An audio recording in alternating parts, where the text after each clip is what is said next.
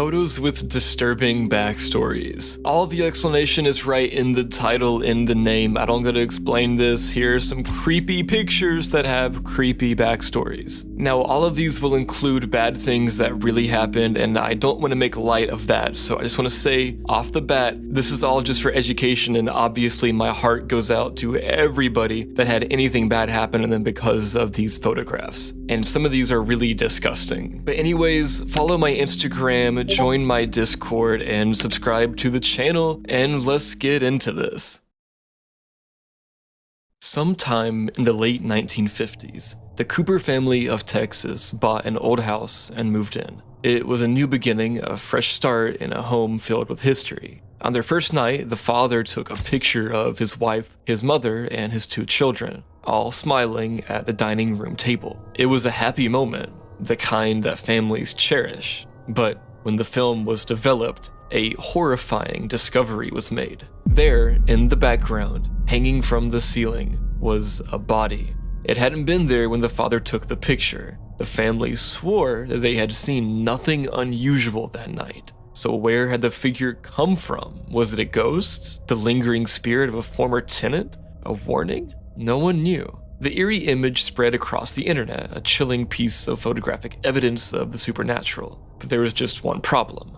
None of it was real. The truth is, the Cooper family never existed, at least not in connection to this photo. The entire backstory appears to have been fabricated sometime around 2013. Before that year, there are no mentions of a Cooper family photograph, no ghost stories, no Texas connection. The narrative was likely created simply to give the image a creepier context. And what about the photo itself? That's where things get even more interesting. While the story is entirely fictional, the image does predate it.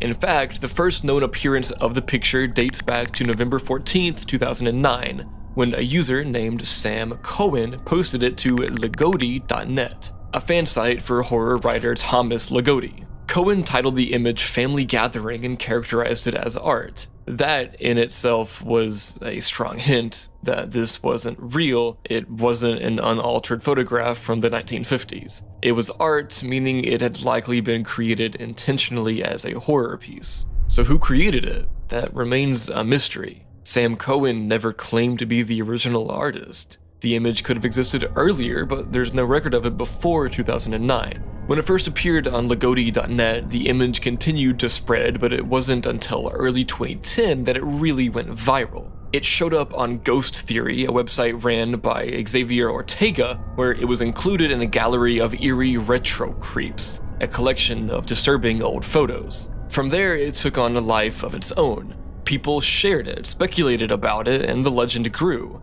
But forensic analysis of the image strongly suggests that it's digitally manipulated. There are key details that don't match up with an authentic 1950s photograph. The dark vignetting in the corners appeared too perfectly symmetrical, making it look like a Photoshop effect rather than a natural camera artifact. More importantly, the shadow of the falling figure doesn't match the main light source in the room. This strongly suggests that the figure was either inserted digitally or resulted from a double exposure, a common photographic technique used to create ghostly illusions. And yet, the legend refuses to die. Even though the Cooper family never experienced this chilling event, and even though the photo is likely a modern horror creation, it still circulates online as one of the most infamous real ghost photos. Was it a deliberate hoax, a piece of forgotten horror art, or just a prank? No one knows for sure, but one thing is certain. The Cooper family never saw a falling body in their home, because the Cooper family never existed.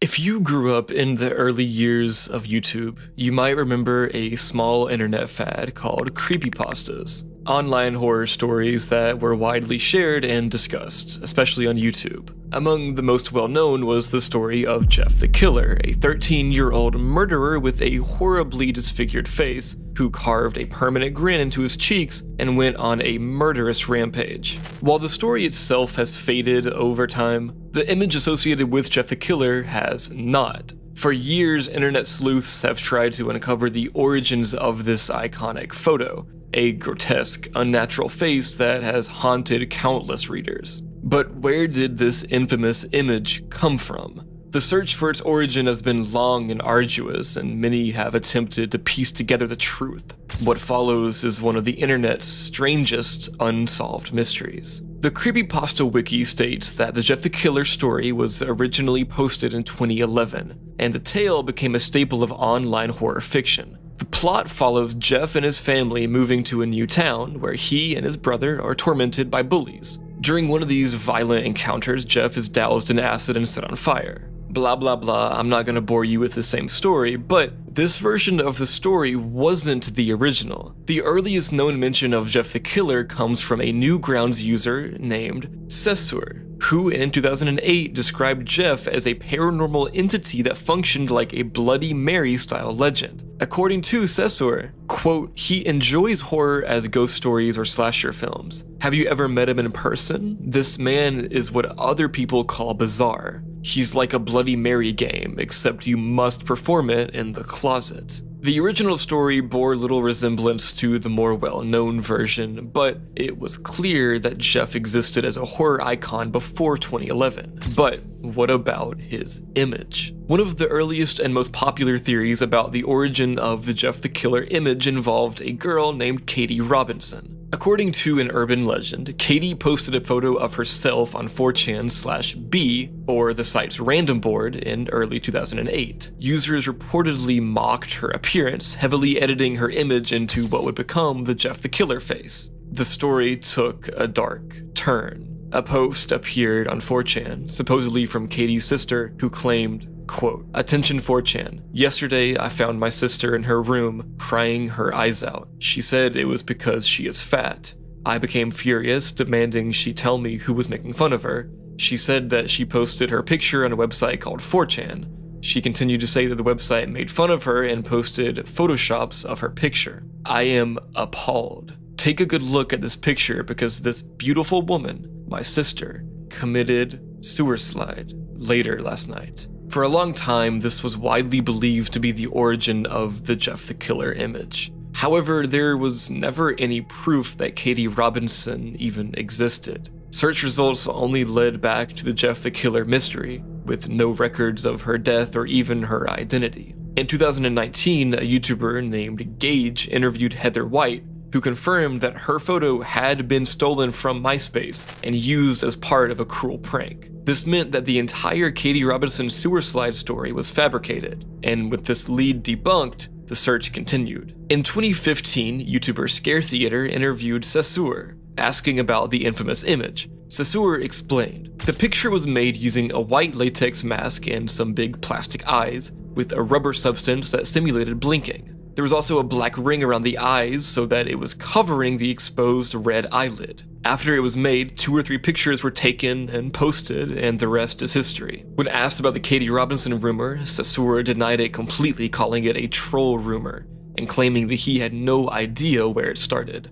So if Cesur created the image himself, then that surely was the end of the mystery, right? Not exactly. In 2019, a strange Japanese YouTube video was found, one that predated Cesur's story. In August 2007, a mysterious video surfaced online titled NNN Special Broadcast. At around the 4-minute mark, the Jeff the Killer image briefly appeared. This was significant. It meant the image existed before Cesur's 2008 story. NNN Special Broadcast itself was based on an old Japanese urban legend about a strange TV signal hijacking, in which the screen displayed a list of names followed by the cryptic message, "These are tomorrow's victims." Though the video itself was a hoax, it proved that the Jeff the Killer image had already been circulating online by 2007. And then, the search team made an even bigger discovery. In 2005, a Japanese website called paya.cc hosts an image titled White Powder 2. This early version of the Jeff the Killer image looked slightly different. The eyes were smaller, the mouth was less distorted, the lighting was different. Even more interestingly, when users searched the EXIF data of the image, they found that it had been edited using Photoshop 6.0, released in 2000. This meant that Jeff the Killer's image might be even older. The image was posted by a user named Mr. Mulholland, who later revealed shocking details. In May 2005, a cropped image of a video of a middle-aged Asian woman appeared in Japan. At that point, her face was white. I edited it in Photoshop and posted it to Paya. I remember the woman in the video coming up on the camera, but I only saw it once. I don't have it now, and it doesn't seem to exist on the internet. According to Mulholland, the Jeff the Killer image originated from a Japanese video featuring a middle-aged woman with a ghostly white face, who at some point moves close to the camera. That video, however, has never been found. While we now know the Jeff the Killer's image came from early 2000s Japan, the exact source remains unknown. Is this mysterious video still out there? Has it been lost forever? For now, the truth remains hidden in the depths of the internet. But the search isn't over yet. At the end of October 2014, a small group of friends gathered by the Minsk Sea for a casual outdoor barbecue. The weather was already quite cold, almost winter-like, so they dressed warmly and even set up a tent to shield themselves from the wind. The four of them settled into a wooden gazebo near the shore, enjoying the atmosphere. At some point, they decided to go out and take photos of the surroundings. By the end of the day, they had taken nearly 300 photographs, all perfectly ordinary. Scenes of people, the beach, and the sun setting over the cold waters. It wasn't until they were reviewing the images at home that something unexpected caught their attention. In one particular shot, a head-like shape appeared above the waves, seemingly swimming forward with confidence. This discovery left them uneasy. The weather had been far too cold for casual swimming, and none of them had seen anyone in the water that day. Puzzled, they went back through the other photographs, many of which also showed the reservoir's surface. Yet, in none of them was there any sign of a swimmer. To get a better understanding of what they had captured, the photo's author, Yevgeny Petkovic, submitted the image to UFO.com for analysis. The people sitting on a bench in the photo were determined to be random passersby who had stopped to warm themselves with alcohol and had no connection to the swimmer. Initially, it seemed reasonable to assume the figure might have been a walrus swimmer, as winter swimming is a known practice. However, according to those familiar with the area, such swimmers usually didn't go that far into the reservoir. Stranger still, none of the witnesses present that day had noticed anything unusual about the water. If someone had been out there swimming in such conditions, they reasoned it would have certainly drawn attention. Observers also noted that the figure's head appeared disproportionately large, and unlike a typical swimmer, there were no visible arms or ripples in the water. To rule out the possibility of photo manipulation, the original image was analyzed by 3 specialists in photo editing. They found no evidence of digital tampering. The EXIF data confirmed the photograph was taken on October 20th, 2014 at exactly 15:37:50. And for my American viewers, that means 3:37 p.m. While one expert observed that the section of the image containing the swimmer lacked sharpness when magnified, this did not indicate fraud. Most of those consulted believed that the silhouette resembled the head of a swimming person, though one suggested that it could have been a floating buoy. Other explanations were considered. Could it have been a diver, freediver, or underwater hunter? According to the head of the Minsk club, Sea Pegasus, that was unlikely.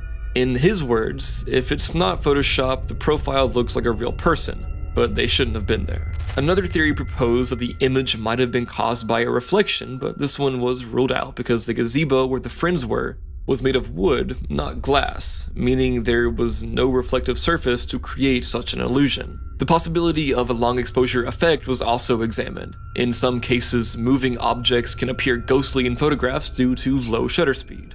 But in this instance, the camera's exposure time had been short, making such an effect very unlikely. The group also checked other images taken around the same time. The most recent photograph that showed a clear view of the water's surface had been taken at 15:22, about 15 minutes before the swimmer appeared. That image revealed nothing unusual. Several more images taken at 15:29, 15:33, and 15:34 also captured portions of the reservoir, yet no swimmers or foreign objects were visible. The only notable feature in those earlier images was a partially submerged pipe, but its location did not match where the swimmer appeared, and its shape was entirely different. One detail that stood out was the presence of a boat with 2 people on the opposite shore. Some wondered whether the swimmer had jumped out from that boat. It was pointed out that people under the influence sometimes take risky swims, and there may have been cases where such individuals have swum dangerously far out, occasionally with fatal consequences. However, the photograph taken just 3 minutes before the swimmer appeared still showed two figures in the boat,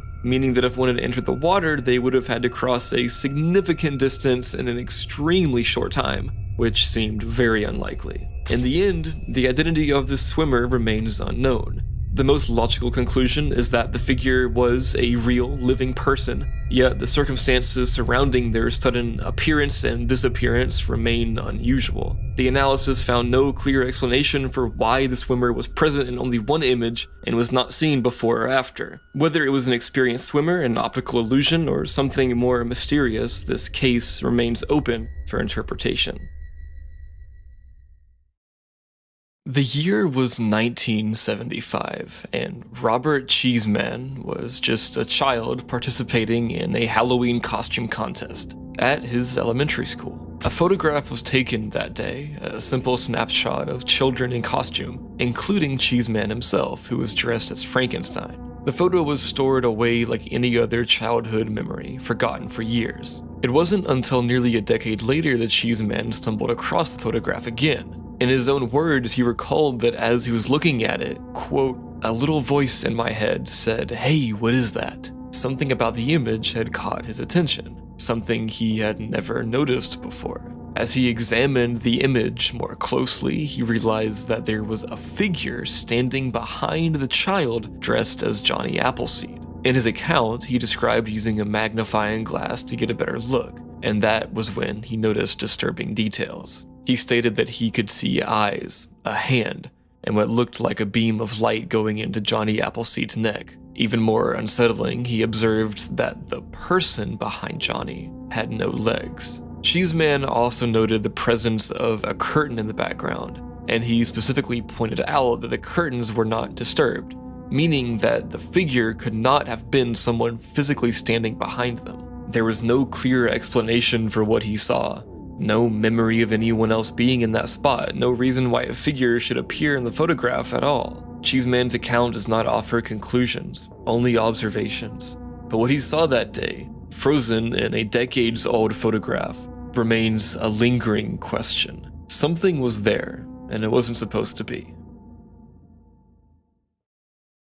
On February 3rd, 1990, 14-year-old girl Regina Kay Walters left her mother's apartment in Pasadena, Texas, and disappeared into the night. She was running away with her 18-year-old boyfriend, Ricky Jones. The couple planned to hitchhike to Mexico, where Jones had family. Regina's mother quickly filed a missing persons report, concerned that her daughter had never returned that night. For weeks, Regina and Ricky hid out with friends, avoiding suspicion. Then, Ricky made a terrifying realization. Regina was only 14. Knowing he was already on probation for auto theft, he feared that getting caught with a 14-year-old runaway would land him in serious legal trouble. But Regina refused to let him leave without her. Determined to stay together, the young couple set out on their ill-fated journey, hitchhiking their way south. That's when they encountered Robert Ben Rhodes. Robert Ben Rhodes was a long-haul trucker and a sadistic serial killer. He used the freedom of the open road to kidnap, torture, and murder his victims. When Regina and Ricky climbed into his truck, they unknowingly stepped into a death trap. Rhodes shot and killed Ricky almost immediately, dumping his body off Highway 59 in Lamar County, Mississippi. His remains went unidentified until 2008, 18 years later. Regina, however, was kept alive, for now. For weeks, she endured unspeakable torture inside the sleeper cabin of Rhodes' semi-truck. He took photos of her. I'm not gonna get into the details because it's disgusting. She was transported from state to state, a captive with no hope of escape. Then, in early March 1990, Rhodes drove to a barn near Interstate 70 in Bond County, Illinois. Inside the barn, he forced Regina to pose for a series of chilling photographs. She was made to change outfits, move into different positions,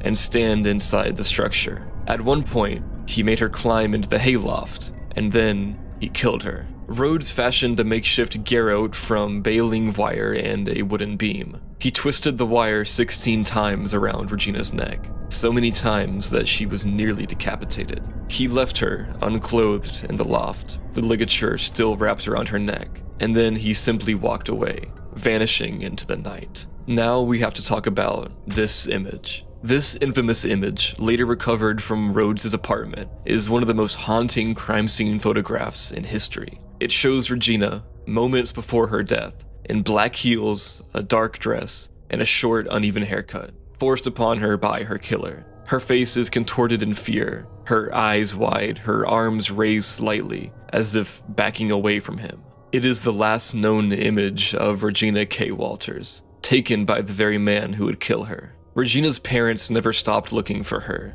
Her father received chilling phone calls, first from a payphone in Oklahoma City, and then from Ennis, Texas. The caller was Rhodes. "I cut her hair short," he taunted her father. When asked if Regina was still alive, the line went dead. He later called her mother, claiming he had updates and tried to lure her into a meeting at a convenience store. He never showed. Weeks passed. The case went cold. Regina's body remained undiscovered for months, until September 1990. In September 1990, a man in Bond County, Illinois, checked his barn one last time before burning it down. That's when he found her old remains, 6 months after Rhodes had killed her. At the time, the police didn't know who she was, listing her as a Jane Doe. But in October 1990, a detective in Texas saw the case and asked a key question. Did they find her in a barn? When the answer was yes, he knew. At the time of Regina's discovery, Robert Ben Rhodes was already in custody. Arrest in Arizona for the kidnapping and torture of a 27-year-old woman who had managed to escape. A search of his Texas apartment uncovered disturbing evidence. Women's clothing, blood-stained towels, photographs including images of Regina, and certain fetish paraphernalia. They also found Regina's coat, her last set of clothes, and her personal notebook. Inside the notebook, chilling words were scrawled. "Ricky's a dead man." FBI agents compared Rhodes' trucking logs to the dates of his taunting phone calls. March 16, 1990, Rhodes fueled up in Oklahoma City, Oklahoma. The same day, he called Regina's father. March 17, 1990, he was in Ennis, Texas when he made the second call. His logs also showed missing miles, indicating that he had stopped to murder Regina. In 1994, Robert Ben Rhodes was convicted of Regina's murder and sentenced to life in prison. Rhodes has been convicted of 3 murders, but investigators believe he may have killed up to 50 people. His trucking logs continue to be analyzed, linking him to missing persons and unidentified bodies. But Regina Kay Walters is a victim we never forget, because her face, captured in that last terrifying photograph, remains one of the most haunting images in true crime history. A final moment, frozen in time, a young girl staring into the eyes of pure evil. On the surface, the Araki Donut image seems completely innocent. A simple photo of renowned mangaka Hiroshi Araki, the creator of JoJo's Bizarre Adventure, eating 2 large donuts. However, to some, this image has an unsettling quality. According to the rumor, simply viewing the image could somehow infect your computer with a virus, which would randomly trigger a jump scare throughout the day. Given the negative perception of jump scares, many people were quick to avoid the image entirely, uncertain whether the legend was even real. But where did this rumor originate, and why did this specific image become associated with such an unusual superstition? A group of online researchers decided to dig into the origins of both the image and the legend, and what they found was a fascinating blend of internet paranoia, creepypasta culture, and digital folklore. The Araki Donut image had been circulating for quite some time, with posts dating back as early as 2014. However, the photo itself originates from an even earlier source. On October 5th, 2012, Araki released JoJo Mangyon, a special magazine celebrating the 25th anniversary of JoJo's Bizarre Adventure. This magazine included exclusive artwork, interviews, and articles. One of the articles covered a flea market in Brooklyn, which Araki visited during his trip to New York City. The magazine included several photos of the market, but among them was a particularly memorable image. Araki eating 2 large donuts likely purchased from a nearby stand. The photo was taken with a high-quality magazine camera, making it surprisingly sharp for its time. When scanned and uploaded digitally, the file size often reached 3 to 4 megabytes, especially in PNG format. While this may seem completely ordinary, the unusual clarity of the image, combined with how mundane the subject matter was, made some people suspicious. Why would someone take such a high-resolution picture of themselves doing something as ordinary as eating a donut?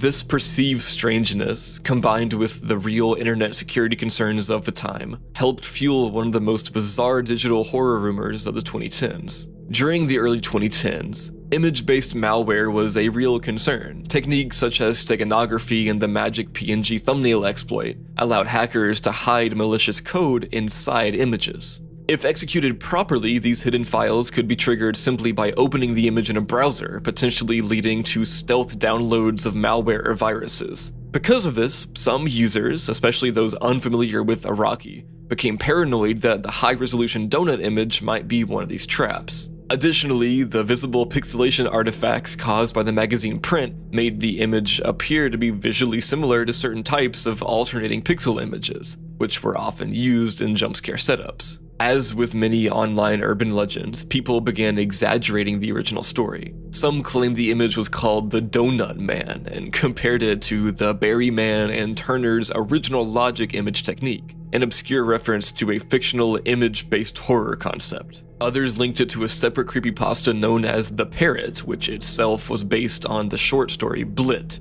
which stands for Barrier Man Logic Image Technique, by David Langford. In Blit, a special image called a basilisk could crash the human brain like a computer, killing anyone who viewed it. Some even suggested that the Araki Donut image was a modern version of this idea, an image capable of psychological harm just by being seen. This is what some researchers call the creepypasta effect, where an online horror story mutates over time, becoming more exaggerated and disconnected from its origins. But ironically, these new additions robbed the story of its original unsettling appeal. By trying to make the legend scarier, people had overcomplicated it, and in doing so, the mystery of the Araki Donut image lost much of its organic creepiness. On July 24th, 1989, 2 mountaineers from Tokyo embarked on a trek from Mount Kuredaki to Mount Asahidaki. During their journey, they lost their way and veered south towards the Chubetsu River. Concerned for their safety, the Hokkaido police initiated an aerial search using helicopters. During this operation, they spotted a massive SOS sign crafted from 19 birch logs, each approximately 5 meters in length. The letters were meticulously arranged by stacking the felled trees. Believing the sign was created by the missing hikers, the rescue team intensified their search in the vicinity. They successfully located the 2 men about 2 or 3 kilometers north of the sign. However, upon rescue, the hikers revealed they had no knowledge of this SOS sign. This revelation led authorities to suspect that another individual might be in distress in the area. The following day, July 25th, the police conducted a thorough search around the SOS sign.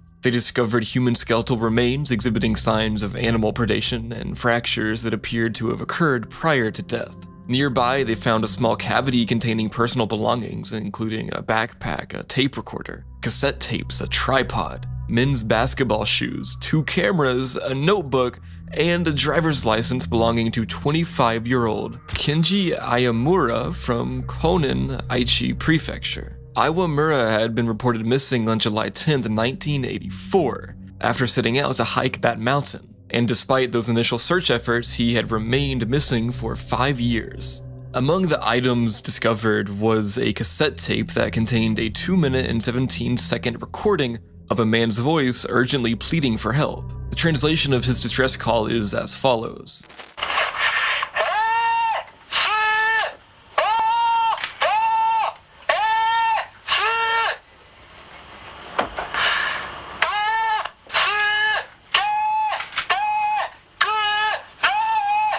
Help me. I can't move on the cliff.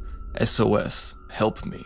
The place is where I first met the helicopter. The sasa, a type of bamboo plant, It's deep, and you can't go up. Lift me up from here." This recording provided a haunting insight into the individual's final moments. Initially, forensic analytics suggested the remains belonged to a female aged between 20 and 40 years. This led to confusion, as Iwamura was known to have been hiking alone, and there were no reports of a missing woman in the area. However, a subsequent re-examination in February 1990 corrected this assessment, confirming the remains were actually male. The construction of the SOS sign also raised questions. Creating such a large structure would have required significant physical effort and tools, yet no implements like an axe were found at the scene. Given the debilitated state suggested by the remains, it seemed very improbable that Iwamura would have built the sign alone. Aerial photographs later revealed the SOS sign had been present since at least September 20th, 1987,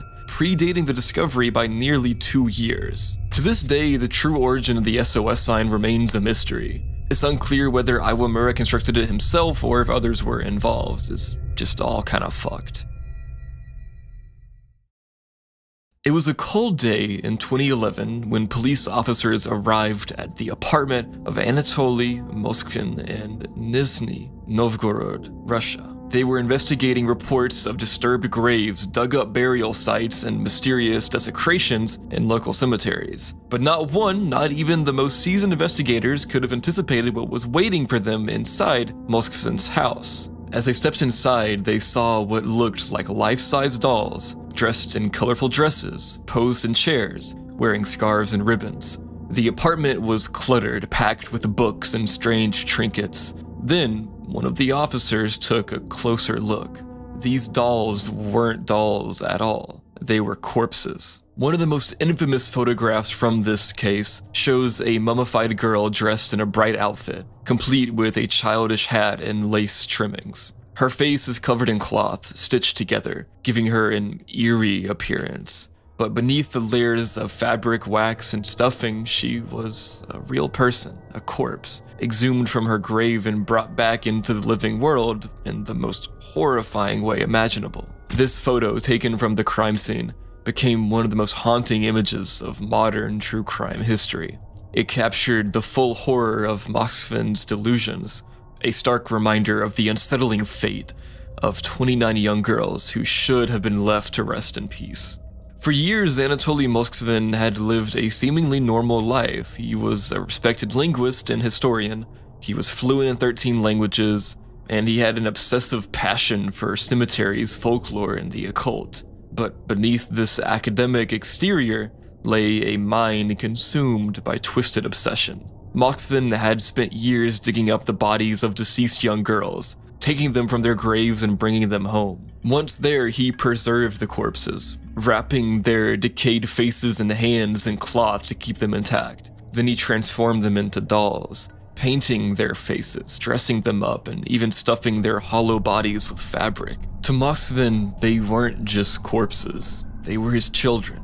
He gave them names. He celebrated their birthdays. He watched cartoons with them and even had tea parties. In his mind, they weren't dead. They were waiting to come back to life. Moskvin's obsession with the dead had started young. As a boy, he had been fascinated by cemeteries, spending his free time studying gravestones and funeral traditions. But the turning point came when, as he later claimed, he was forced by adults to kiss the face of a deceased 11-year-old girl at her funeral. From that moment, death was no longer frightening to him. It was familiar. In his later years, he began roaming cemeteries at night, believing that he could hear the voices of the dead. He studied ancient burial rituals, convinced that he could bring children back to life through magic and science. He slept on top of graves, whispering to the buried, waiting for them to speak back. And then one day, he decided to take them home. He believed that by preserving their bodies, he could one day reanimate them, bringing them back from the dead,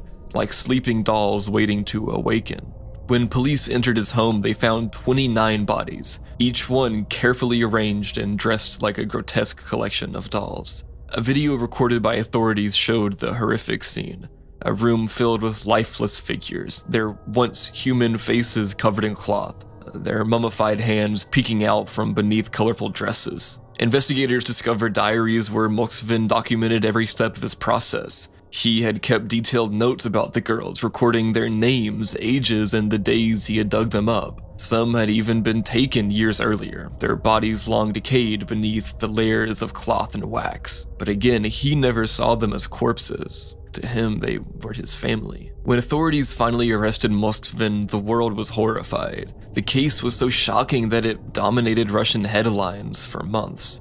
But there was one problem. Anatoly Moskvin was insane. Psychiatrists diagnosed him with paranoid schizophrenia, ruling that he was not fit to even stand trial. Instead of prison, he was committed to a psychiatric hospital. His parents, who lived in the same apartment but claimed they did not know what was going on, were never charged. To this day, Moskvin has never expressed remorse. He still believes that one day the girls will wake up, and when they do, he'll be waiting.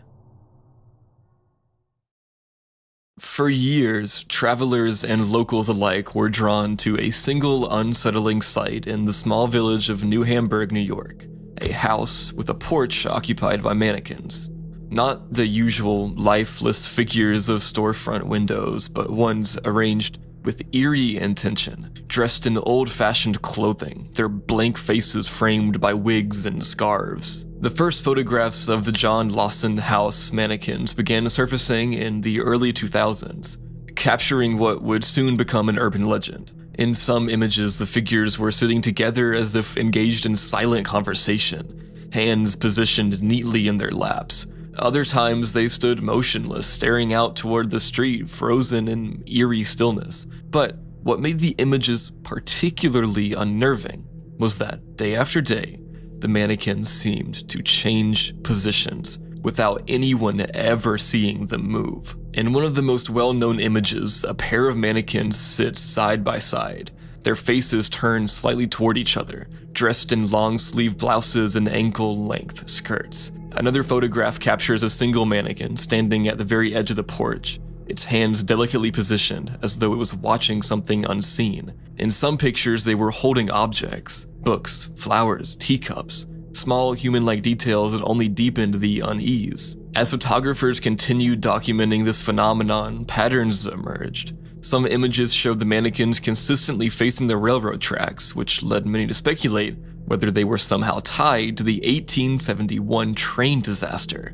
which had claimed 22 lives just nearby. Others seemed to be watching the road, their posture shifting subtly from one photograph to the next, their attire never quite the same as before. Despite countless images taken by fascinated passers-by, no one ever captured the moment when they were moved. The house had inhabitants, but they remained ghost-like in their absence, never appearing to acknowledge the eerie figures on their porch. Even as curiosity grew and more people traveled to take photographs, the mystery remained. And then, in 2016, the mannequins were gone. The last known images show an empty porch, stripped of its once unsettling occupants. No more shifting figures, no more vintage dresses fluttering in the breeze, just an old house still standing, but with its greatest mystery erased. Yet even years later, those who remember the photographs still wonder, why were they there? Who moved them, and why did they disappear as suddenly as they arrived? The Jon-Erik Beckjord Nessie Wormhole film is one of the most elusive pieces of cryptozoological footage, often mentioned but rarely seen. Beckjord, a controversial figure in both cryptozoology and paranormal research, claimed to have filmed a shape-shifting entity in Loch Ness that he believed demonstrated Nessie's ability to traverse wormholes. Despite the bold claims, the actual footage has remained out of reach for decades, with only a few still images ever surfacing. Researcher Kim Schlottman set out to uncover the film's fate and whether it even still existed. Beckjord allegedly screened the film at the 1987 International Society of Cryptozoology Conference in Edinburgh, where it was reportedly met with intrigue and confusion. Some accounts describe the footage as showing a white, shifting form that did not resemble a reptile. In his book Hidden Animals, author Michael Newton quoted Beckjord as stating that Nessie is, quote, not a biological full-time zoological animal, but rather a paranormal, supernatural, wormhole-traversing being, and that the film supposedly captured it emerging from a space-time anomaly. Despite these accounts, many cryptozoologists who attended the conference, including Dr. Carl Schuker and Professor Henry Bauer, did not recall seeing the footage. Schlotman's investigation led to multiple dead ends. He attempted to track down Christine "Chris" Pitts, who was rumored to have been Beckjord's fiancée, but none of the 8 women he contacted by that name had any connection to the case. A breakthrough came when he contacted Beckjord's sister, Pamela Beckjord Forbes, who provided the email of Dr. Molly Squire, a longtime research partner of Beckjord. Squire confirmed that the film still exists and is stored along with Beckjord's cryptozoological materials at the Willow Creek China Flat Museum in California. He stated that the museum was still cataloging the collection, and while the footage had yet to be digitized, it was planned for future online access. Squire also clarified some misconceptions about the film. She dismissed the idea of shape-shifting in wormholes, saying that the footage was grainy and distant, but showed a long, moving form in the water. Despite claims from skeptics that the film simply depicted a boat wake, she insisted that the object moved independently and was not near any boats. One detail she contradicted was the commonly cited filming date of 1983, stating instead that Beckjord was more likely at Loch Ness between 1986 and 88 based on his known travel patterns. Although the full footage remains unreleased, a few still images from the film exist. These show a long, white form moving through the water, with some researchers suggesting that it resembles a plesiosaur-like shape, while skeptics argue that it could be driftwood or wave disturbances. The images have been debated with no definitive conclusion about what they depict. Despite confirming the film's existence, Schlotman was unable to gain direct access to it. His emails to the museum staff went unanswered, leaving only the possibility that a US-based researcher could visit the museum to verify the collection's contents. Until the footage is properly cataloged and digitized, this film remains one of cryptozoology's most mysterious lost artifacts. The still images remain the only accessible evidence, fueling speculation until the full film is finally revealed.